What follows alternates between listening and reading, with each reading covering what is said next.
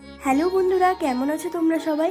চলো আজকে তোমাদের সঙ্গে শেয়ার করব আমার মামার বাড়ির মনসা পুজোর কিছু সুন্দর মুহূর্ত। সকালবেলায় তাড়াতাড়ি পুজো আরম্ভ হয়ে গেছিলো প্রায় 9টার মধ্যে। এদিকে দেখো ফল মিষ্টান্ন দ্রব্য সমস্ত কিছুতে মা পুরো একদম পরিপূর্ণ আজ। আর মাকে দেখতে এত সুন্দর লাগছে, চারিদিক পুরো ফুলে সজ্জিত, মানে খুব ভালো লাগছিল। এদিকে আমরা সবাই এখন মায়ের মন্দিরে চলে এসেছি, পুজো হচ্ছিল। আর আমি একটু রেডিও হয়ে গেছিলাম সকাল সকাল স্নান টান করে।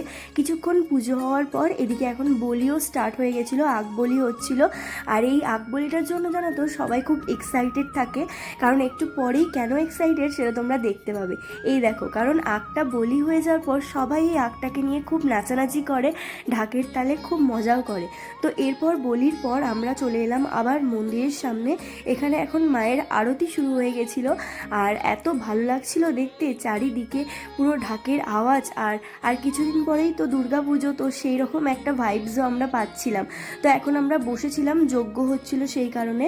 তারপরের দিন আমরা সকাল সকাল পুজো কমপ্লিট হয়ে যাওয়ার পর সবাই মিলে চলে গেছিলাম মায়ের ঘট বিসর্জন করতে, কারণ সেই দিনকে রাতেই ছিল মায়ের প্রতিমা বিসর্জন, আর দিনের বেলায় আমরা এসেছিলাম ঘট বিসর্জন করতে। সবাই মিলে খুব আনন্দ করেছিলাম পুরো মনসা পুজোতে।